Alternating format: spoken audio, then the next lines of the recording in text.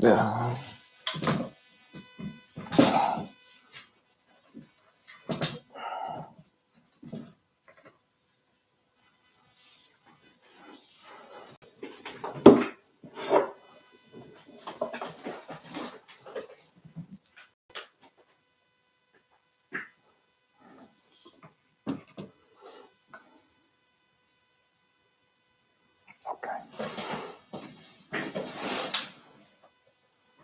Okay. Testing. Let's see.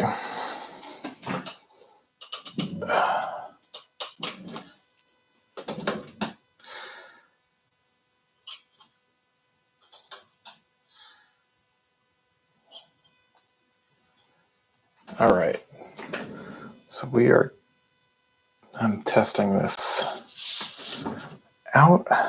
Let's see how it goes. I need my ink first. Shit. Oh, okay. This is not the most professional setup, but we're gonna try. All right. Okay, so I am working on inks for my new book. I'm about 30 pages of inks in, and I think it's going okay. I'll probably show off some of the earlier pages if I keep trying to do these live streams. We'll see. But I'm just getting my white ink ready. Anyways, and I'm also going to try to talk about a couple books that I finally got off of my reading pile. One of which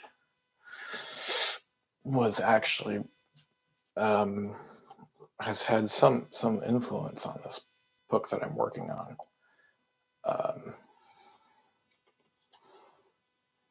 I am using the Sumi ink,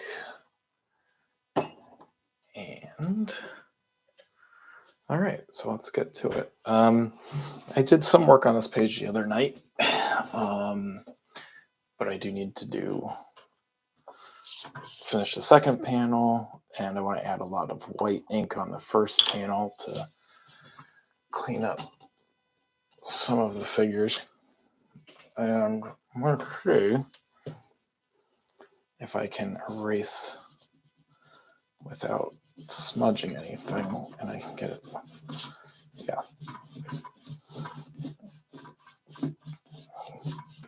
Before I start adding white media in, I think it's better to have all the pencil lines gone.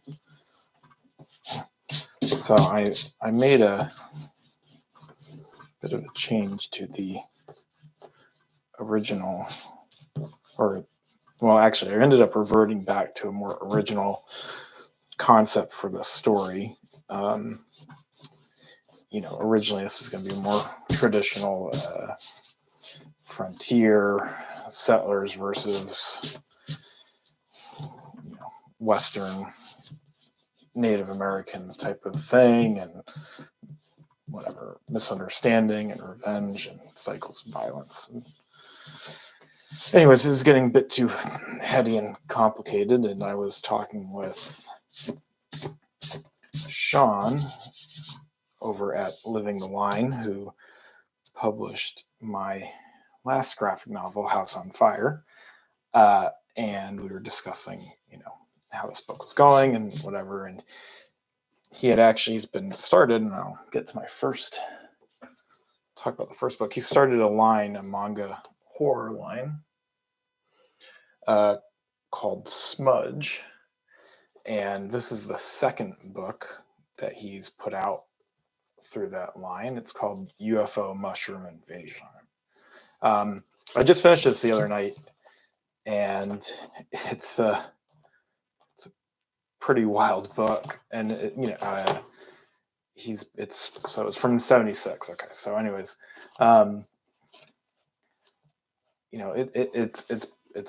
it's bizarre and wild, and the artist is kind of that very cartoony, manga, whatever forms for everything. But it's a pretty terrifying story, especially when you get into the third act. And I quite enjoyed it. The other book that he put out through this smudge line called Her Frankenstein is I thought it was on a whole more terrifying, but both of these books it's a cool it's a very neat glimpse into these horror mangas that I think that they're now everyone's reading horror manga, but this is where the roots of that are. So anyways, but in this discussion we were talking about how wild these books go, and he was wondering, his challenge to me was, can I push my work further and go crazier, which ended up taking me back to this original draft, which is this idea of a people who are being kind of haunted and tormented by the place where they've decided to live. And the original version was this sort of medieval fantasy setting or whatever, and one of the and this just sort of ancient evil that keeps coming back and back, and gets worse and worse, and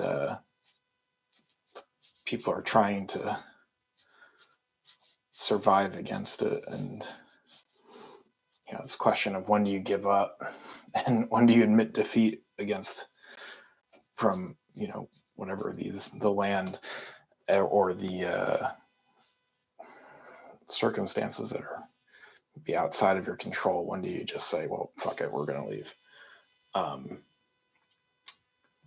And one of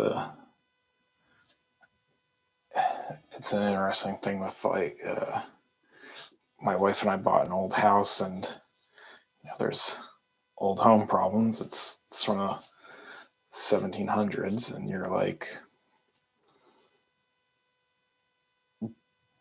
constantly looking at things, and it's like, oh my god, it's amazing this place is standing, and if it survived that much, it probably can survive more. But you're like, why did we open up this headache?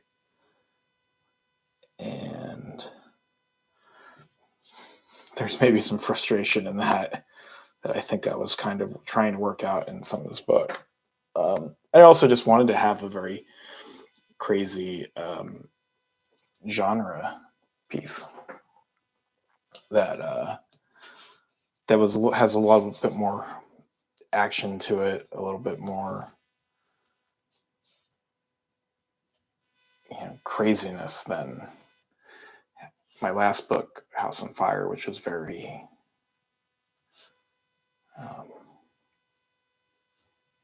real in a way. And I think that in some ways I probably could have pushed that book further, and that might have been maybe people would have been more accepting of it, I guess is maybe the right word. I think it was maybe a little bit too close to the bone when it came out, but I think maybe with time it'll get better, and it'll serve as the documentary style thing that I think it is. So anyways, I think that's, hold on, I gotta check something. Oh shit.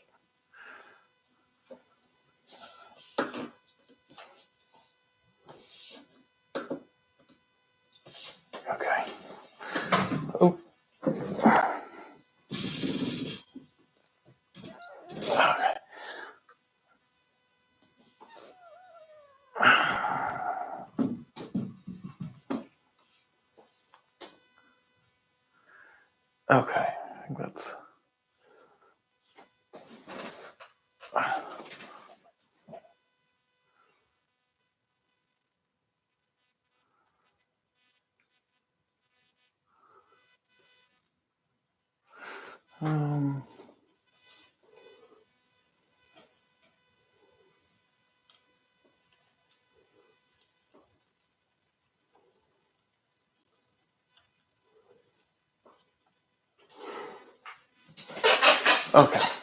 All right.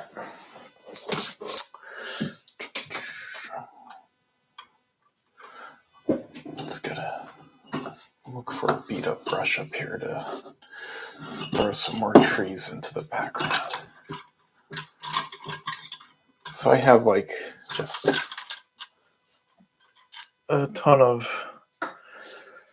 brushes that of varying stages of life that just sit in there.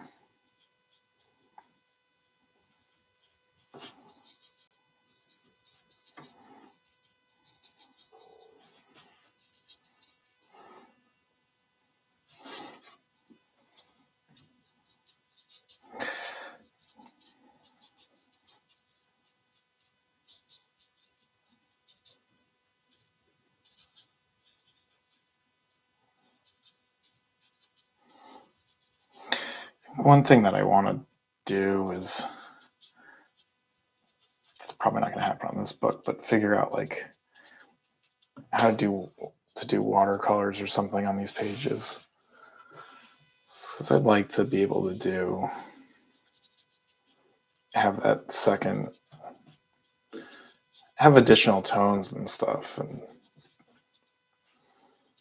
so I want to add some black back here, but I don't want to do a wash.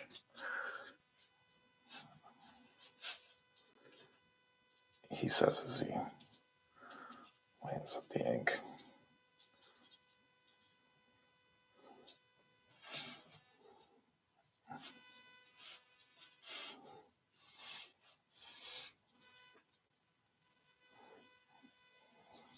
I'll add that back in white.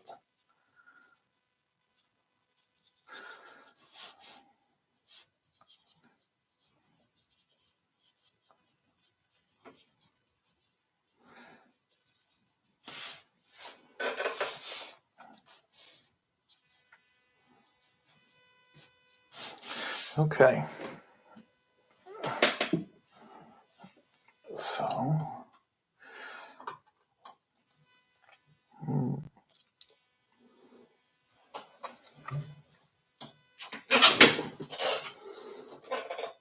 I don't know, maybe I should do washes. Who knows?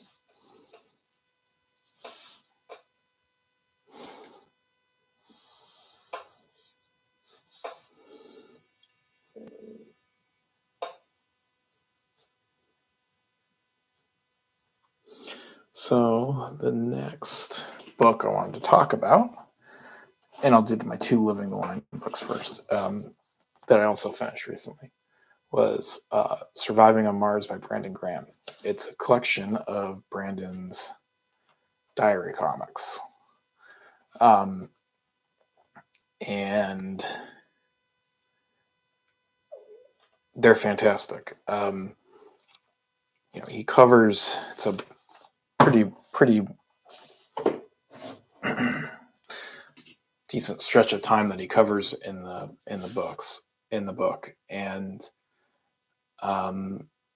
they're a very different form of diary comic than what I think most people think of when you think of diary comic. I think most diary comics that you see are straightforward bio comics or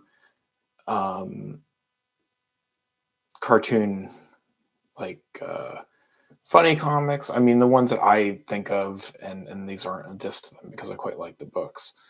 I think of a lot of Noah Van Sciver's work.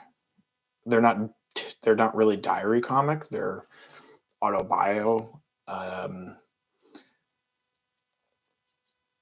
then I think of Adrian Tomine. I can't pronounce. whatever. Anyways, his as a cartoonist, which I also really quite like, but they're both very, as a cartoonist is a collection of strips that are they have a very obvious narrative, and they owe a lot to the sort of, newspaper strip aesthetic. And Van Sciver's are very narrative based, and they say this is, it's a series of events from his childhood usually. And again, they're good, they're funny. But Brandon's are stream of consciousness in a way. There are pages that fit this narrative form, and there are pages that are Brandon working out ideas about life, about making comics, making art, about his life, moving places, things like that. And some of them are just funny anecdotes, and so I really enjoyed the variety in it. And what was also neat is that you get to see him drawing in a different way than I think you see in most of his books. It's a different style that he's working in, and I think that's cool. I think it's great to see his sort of this fast and loose and very observational style. And I'd love to see him do a sort of a normal story in that way, because so much of Brandon's comics work is in the sci-fi kind of realm. Not that there's anything wrong with that. I like all of his books, but it'd just be neat to see him do a comic that's in this real life realm, because his observational drawings are fantastic. So, anyways, highly recommend checking that one out. They're very different, but they're the UFO mushroom invasion, Surviving on Mars, both really excellent. So, very much worthwhile. And also, I mean, Sean does a great job with the printing for these books. So they're both printed on nice matte paper, which is the way. Gloss paper sucks. It's terrible. It's not flattering for line art. So, yeah, and I guess that's another point, is that his colors in the Surviving on Mars book are they're beautiful. His color palettes and choices are great, and they really sing in the on that paper stock. So, would recommend. There's some pages that are just extremely emotional and powerful, and he does a nice job of sequencing it so it doesn't get. It's not a heavy read throughout. It's well balanced with some humor, and it's life. I mean, life is a roller coaster. So, anyway, so I finally got around to reading that and thought it was great. So, the other book that I was thinking of, I wanted to talk about, is this book, Blood and Ice, which it's from Epicenter Comics is publishing these. That's the cover. Should probably start with that. But it's beautiful. And they've been publishing just a ton of European work, translations. And I mean, the book is gorgeous. Set in the Napoleonic Wars in Russia, and Shoot, I should do ink washes, shouldn't I? So anyways, so the Epicenter Comics has been putting out some really awesome editions and some and it's great to see some of these European books getting translated and brought over to the US. Every time I've traveled, I'm always on the hunt for comics. They just have such a amazing, just a wealth of incredible comics over there, and so anyway, so it's great to see a publisher doing that, because as far as I'm aware, getting the licensing and stuff is pretty difficult. So I'm glad someone's doing it, and I'm glad that they're putting a lot of care and effort into the publishing and the production of them. Even though I do not really like the matte paper choice or the glossy paper choice for these books, I'll survive. So anyway, so the Blood and Ice is historical fiction. It's set in the Napoleonic Wars, and as the French are retreating from Russia, and a group stumbles on a village that is not quite what it seems. So, as a story, I'm not sure that whatever, you're there for the art. The art is incredible, and there's enough to it, to the story. I'm not sure I could. I don't know. I'm not sure that I made heads. The narrative itself didn't leave all that much of an impact on me, but the art did. So I find that comics is interesting that way, where there are books that function well from the story's great, the art is serviceable, it's it's fine, it doesn't blow you away.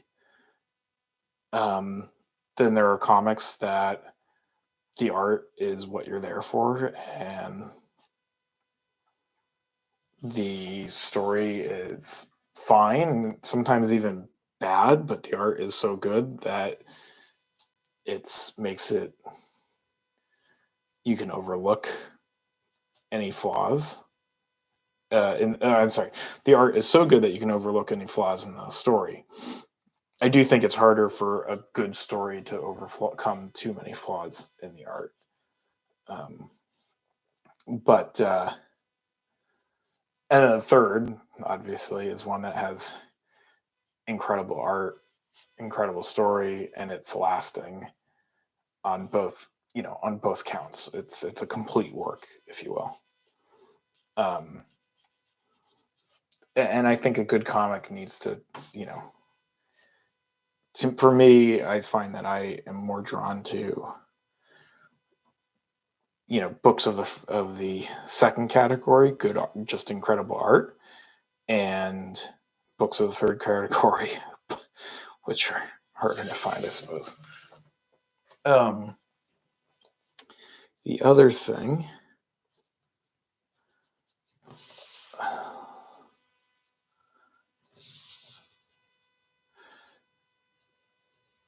I guess the other thought on that is that, I think that because comics can give you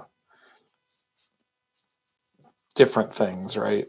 So you can look at it where I'm going to read the book and I'm going to read the story, or you can well, I've read it, I just want to look at the pictures and I want to read the story that way, and you can just appreciate that, and both ends of it can give you different things. But anyways, the Blood and Ice one, the story's fine, it's interesting, but like, there are pages in Surviving on Mars that they're just emotionally affecting, and that I don't want to get into them because I feel like you should read them yourself. Read the Surviving Mars yourself, and um, it's definitely worth the expense. But there, there are moments that I think that are extremely emotional and extremely affecting, that they will make you think about life and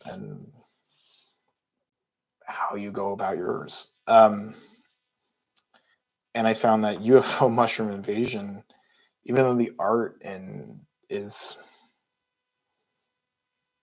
I'll say crude, cartoony, it's less. I mean, it's funny because comparatively, right? I'll get them out. Blood and Ice is more realistic, obviously, right? But there's still a high level of cartooning going on, right? Like the figures in this are extremely cartoony, right? And everything in this is more realistic, but it's not in that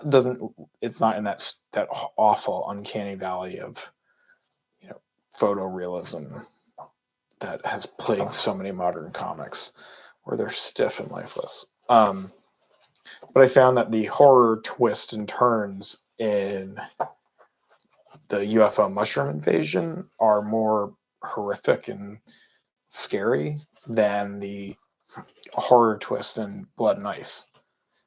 I just I didn't find the twists in this book to be as terrifying. I mean, part of it is I think and I don't know how to explain it. I mean, I think the Mushroom Invasion one is weird because it's not. The characters are relatively thin. But there's something that's just visceral about what they go through in the closing of the book that is both extremely sad and gut wrenching. Even though you're not really, you don't really know the two, we'll call them the lead characters, but the two lead characters, you don't know all that much about them. And for the middle of the book, they kind of disappear. There's a lot of interesting asides about weird mushroom facts in the book. And so that's anyways, but it's hard to it's hard for me to, sometimes things just hit you differently. And it's like, even though I enjoyed the art of Blood and Ice more, I found that the way that UFO and Mushroom Invasion, God, it's such a dumb title, ends up hitting at the end is way more memorable. So it's funny how those things work, and comics can do that. I had a couple other books that I figured I'd talk about while I finish this panel. Let's just go grab them.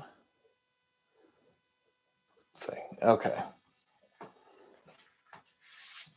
This falls into that. So Bloodrick, right? This is by Andrew Cranky, who Keyroot School alum, and actually, and when I went to the Keyroot School,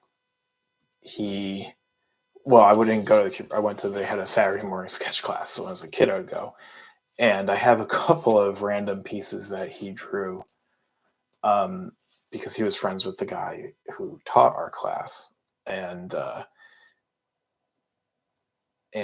so he'd come in and occasionally do drawings for us. And so I think I have a Punisher of his somewhere at my parents' house. But anyway, so this is Bloodrick.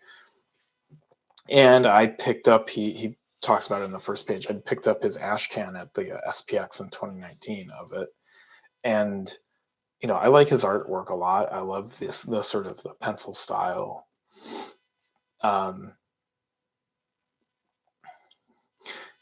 But it kind of in a similar way to the Blood and Ice, it's a thin story. You're here for the art. You know, it, it's some fun nothingness of a story, and there was nothing wrong with that because he draws it the heck out of it. It's a fun to look at, and there's a lot of excitement in the lines that doesn't need to be in the narrative. And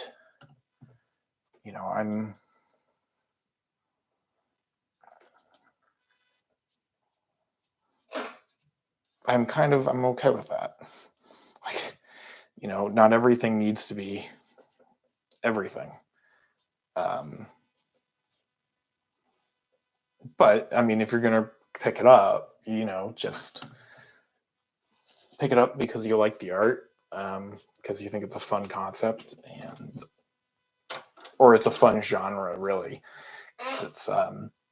But it's not. And I don't think he's trying to have you walk away with it being like, oh, this was the, most incredible, heart-wrenching thing I've ever read. It's a fun, crazy, barbarian thing.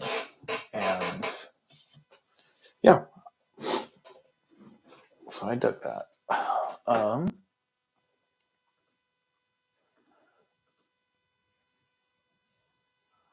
Okay. So I think I'm going to go in background with a little bit more white on the top. Because I forgot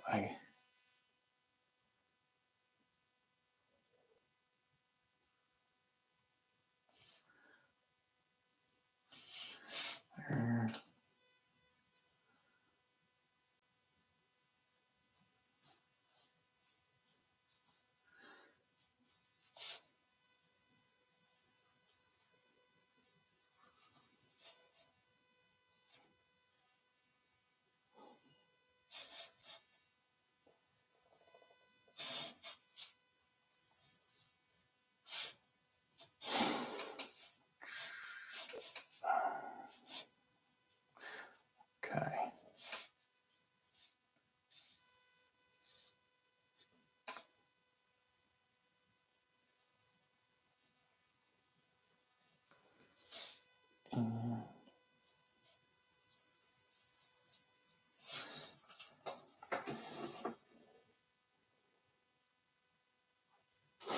Okay. That's good for that. All right. Well, I'm going to wrap this live stream. This was a good test for me. And maybe I'll try to do this again. So, all right. I think it works.